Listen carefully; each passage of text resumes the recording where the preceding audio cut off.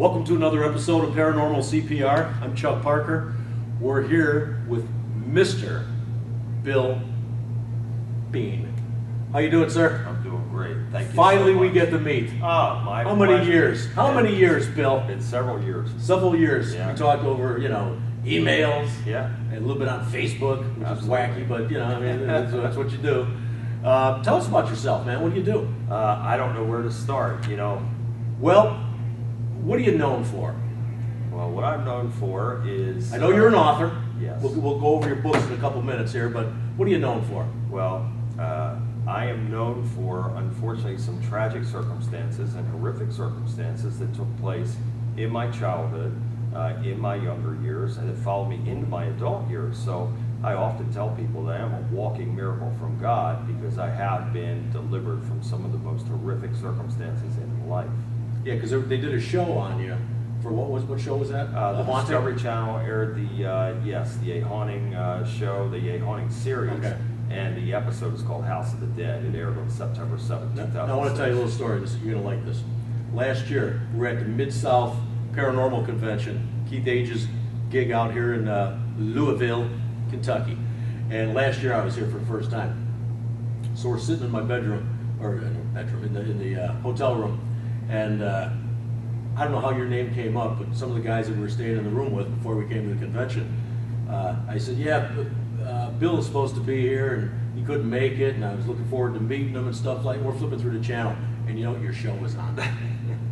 It's amazing. Your show was on. It's amazing. You were, right when I flipped, and I said, yeah, Bill's supposed to be here, blah, blah, blah. I flipped, and you're talking. That show, I go, there he is. Now that's weird. That show is one of the most rebroadcasted shows in the history of the series for whatever reasons. And also, I'm the only person in the history of the series to appear in two different episodes. I appeared in my own episode, House of the Dead, and I also appeared in the Stephen LeChance episode. Cool. For some reason, they shot me on the TV, in the depiction of the LeChance episode. I'm on the TV in their house. Sweet. Yeah, it's Sweet. amazing. So you said you had like stuff happen to you in your childhood. Yeah. Without going into a lot of detail, there's only a half-hour show, but tell everybody like a little bit about what happened, how you overcame it, what your books are about, but what happened? Well, I've often stated, and I've stated in my first book, Dark Force, This one right here. Yes. Dark Force. Okay. that these events took place in 1970, beginning in 1970, in a 3-bedroom ranch-style home located in Glen Burnie, Maryland, in a community called Herondale. But to be more frank, after writing Dark Force, I discovered additional information that leads me to strongly believe that this activity was taking place long before moving in the house, and it just really, really became With more prior pronounced. Yes. residents and whatever? Yes. For anyone that would like to see photos of what we're about to talk about, please visit my website, billbean.net, and you can click on Supernatural Photos. Okay. And you can see some of these photographs for yourself. Well, actually, what I'm going to do is take them off here and put them on this. Fantastic. That's It'll be great. easier that way. Great. But yeah, I say in Dark Force that it began in 1970. It started with my mom. My mom was the first to have a paranormal supernatural experience, and it occurred a couple days after moving in. Happened in the living room while she was unpacking and organizing. My dad had taken us, I have an older sister, younger brother. He had taken us with him to his parents' house for the day to allow my mother to unpack and organize in what she thought would be a peaceful environment. But it was during the course of this that she felt a presence. And she spun around, fully anticipating to see my dad, because he had that type of sense of humor. She thought that he was sneaking back Screwing in around, play play around. her. Right. Yes. She spun around, and to her shock and amazement, nothing was there. So, as you can imagine, she was unnerved by it and confused, puzzled by Now, it. this is in 1970? Yes, a couple days after moving in. So, at that time, now with all the paranormal programming and stuff, that's, Yeah, it was very taboo back then. right. It was like, ooh, how are you going to tell people this? No, you wouldn't. You would. And so, after being unnerved by this, She eventually went back to doing what she was doing, and it wasn't long after that that one of the bedroom doors slammed shut by itself. That was enough to make her go out and wait until we returned. And then at that time, who would you even contact? You're right. Who would you I contact? mean, I don't even know. I mean, at that if time? stuff happened to me, I Yeah. have a Rolodex with 50 people I can Right. call. They didn't have organizations like that No. back then. or If they anything. were, they were all underground and, Yeah. you know. My parents were very, very good people. My dad was a hardworking family man. He was a contractor, very blessed man, very gifted. His story alone is so sad and tragic, the way his life ended up. My mom was a homemaker. By all accounts, they were very happy. They were married in 1956, and my sister was born in 57, and I wasn't born until 66. So my sister has some fond, happy childhood memories before moving into Okay. the house. However, I'm sorry to say that we don't, my brother and I, my brother was born in 69, we don't have any happy childhood recollections. Because They were all bad, unfortunately. And because of whatever was in Yeah. there. Did they ever figure out what was in your house? well, it wasn't long. 'Cause how long I'll say did that this. last? It It lasted a lasted while. for over 10 years. 10 years? And it wasn't until I sat down to write Dark Force that I really absorbed it and putting myself back in the situation and reliving it again. That's when the full magnitude of everything hit me, and I thought, how in the world did we endure this for so long? And again, Like because you experienced a lot of yeah, stuff yourself. absolutely. Physical attacks. Physical. attacks, yes. And you were how old? First time 5 years old, So 1970. you're a 5-year-old kid Yeah. experiencing, what do 5-year-old kids experience? Something like that. What are you gonna? Well, I wouldn't wish it on anyone, I'll tell you that. No, I know. And I had those attacks occur many, many times over At the night? years. Yes. Like out of nowhere? Yeah, out of my sleep. Really? Something waking me up out of my sleep. And it happened to my sister first. She was the first to have a physical encounter that took place in late 1970. The way the house was laid out, Chuck, I know we don't have a whole lot of time, but I have to paint a quick picture. Right. The house was located at the bottom of the downhill cul-de-sac with a very long and deep and large ravine behind the house. You would enter in through the front door into the living room. You would make a right down a long hallway, which my brother and I shared the first room on the right. My parents' room was the next on the right, and my sister's room was the one across the hall. Okay. We call that the back bedroom, and I feel that that was the room, the portal where these things would enter and exit. That is the room that stayed cold throughout the warmest of summer days. Really? That room remained cold. Always. And that's also the room where the door would open and slam for many repetitions at a time. Now, after 10 years, you had all this stuff happen to you. You started to get used to it and fear it, right? Well, we were numb. We just Right. become numb. In Dark Right. Force, I said that I equated it to being prisoners in a POW camp, to where we were just robbed of our emotions. We were just, we were surviving. We were really So then surviving. you moved out, Yeah. and the house is still there? House is still there, and the house was just sold. The house has changed hands many times over the years. It sat empty for a Have good you ever period of gone time. back to the house? Never had a friend go back and put a note, a little letter that I had written to the people that were living there at the time. I believe that was like in 1991. And never That was got a the last response. time? Yeah, never got a response. But when the A Haunting show aired, which again was September 7, 2006, I was contacted by a young man named Edward Hardin. He lived in the house with his family, and he said as he was watching the episode, he said he just knew that it was the house that Really? they had lived in. And come to find out, Edward told me that he and his family had many unexplainable, bizarre, supernatural, paranormal experiences in the house while living there. They were not physically attacked like my family and I were. Would but you go back? I was once offered a very large sum of money to go back by a reality show, and I turned it down. The only way I would go back to that house is if it were to help whomever may be living there, and if they were in trouble. That's the only way that I would go back. I have no desire to go back. It's not Because that I'm that would afraid. open up a floodgate of emotions. Well, that's exactly It's got to. right. And I've done interviews with many news stations in the Baltimore area, and went back near the location, but not back to the actual house. And just being back in the community, Wasn't in good. the area, flooded me with horrific memories. And it really put me in a bad place.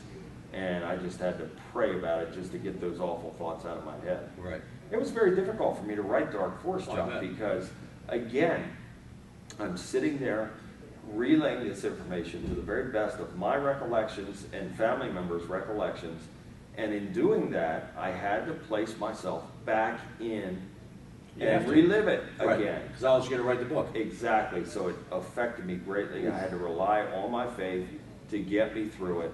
And I felt that God called me to write these books, and it's all about reaching out and helping other people. There are many people who have had these types of experiences or are They don't know who to turn to. They don't know who to turn to. Right. So I'm in a position now to where I have helped many, many people over Nice. the last several years, and I continue to do so. It's my calling in life. I don't want to do anything else, and I just enjoy reaching out and always people. try to make, yes, Yeah, a 'cause positive difference. So this is your first book, Yes. Dark Force. Delivered, what's that about?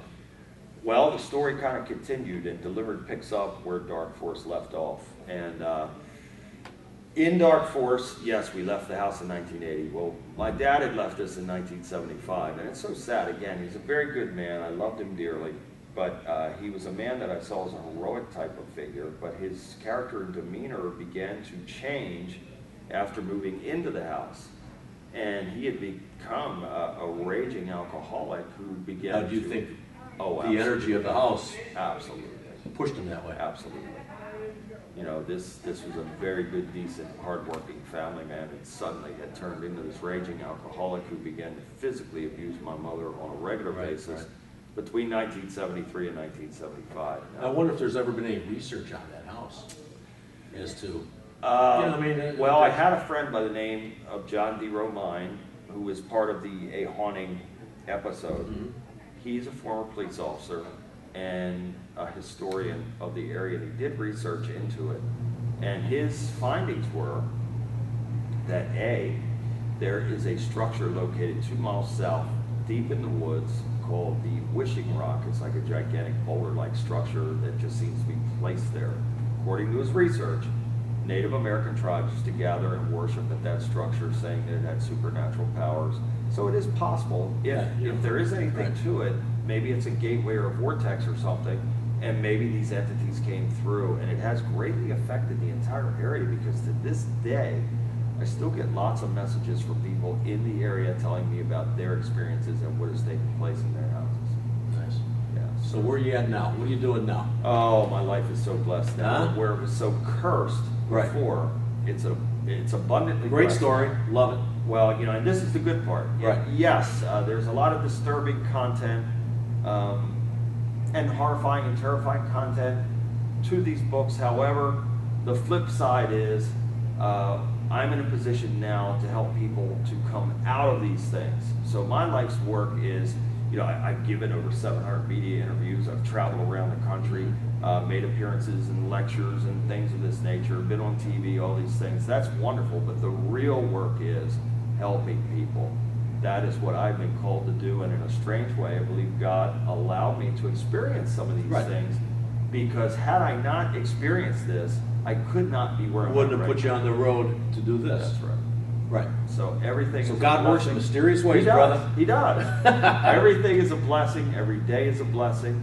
And I've just been fortunate enough to be in a position to make connections with great people like yourself and many people all over the country, and even different countries as well. Right. That's cool. Now, being that you speak all over, Bill, what are some of the, best, like, not just lectures, but people you've helped and you've helped? Because it's all about helping people, Yeah. right? Yes. I mean, isn't that Yes, what it it's is. all about? Yes, it is. And I think nowadays people forget that. Mhm. They get into life and it's always about me, and pay the bills and all monetary and, right? Sure. Sure. And I think helping people,